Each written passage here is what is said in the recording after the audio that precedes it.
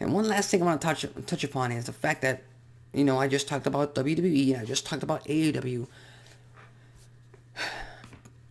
and it's something that wrestling fans will just never understand, because wrestling fans have this, and I completely understand it, they have this sports mentality. If I'm a fan of a company, that's my company. I'll defend it to the end of the world. And whoever their biggest rival is, I will not support, I will hate, I will completely troll online, and I will not be rooting for them in any way possible. And I get that. I understand that absolutely. Because I have that same mentality too.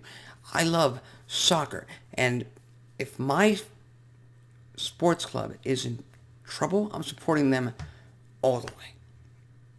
And I kind of get the same feeling from WWE and AEW fans. I really do. But that doesn't take away from what wrestling fans need to understand, and that is that even though you might like one product over the other, you might support one company over the other, these two companies need each other. They need to both be successful for them to survive, for the industry to survive and thrive. It's just that simple. It's just that simple. You don't believe me? Look at the XFL.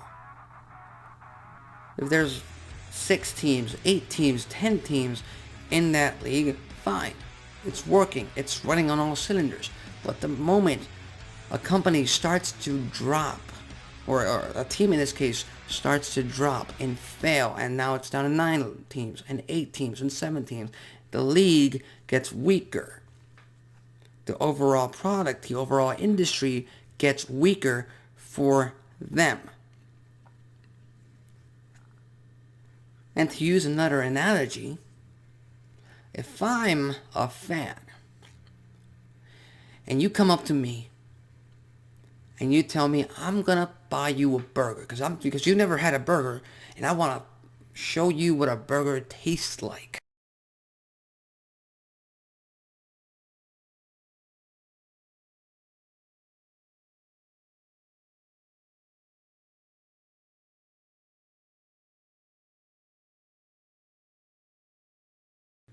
You know what my reaction is gonna be? I'm never ever gonna have a burger again in my life. I didn't like it the first time. I didn't like my first impression. Not gonna happen. The same applies for wrestling.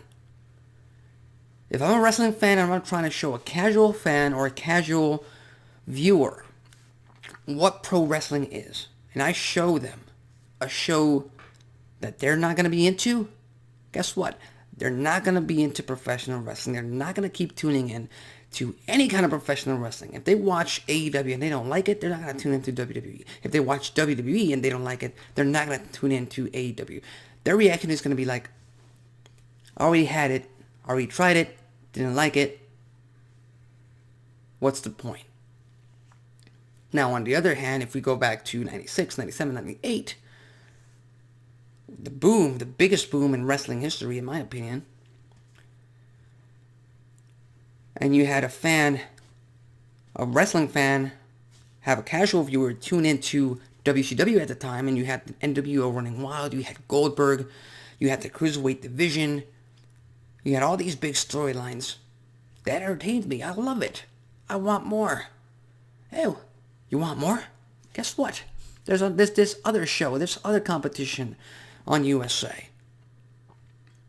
It's called WWF. It's called WWE. They had the Attitude Era. And guess what? He tunes in.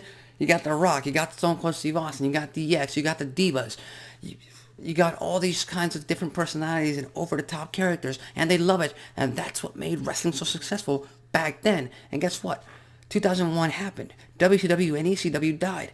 And it's been years since that happened. And the wrestling fan base has declined. So I can understand the fact that you're a fan of one company over the other. What I can't understand is why you would root for a company to fail and to fall apart.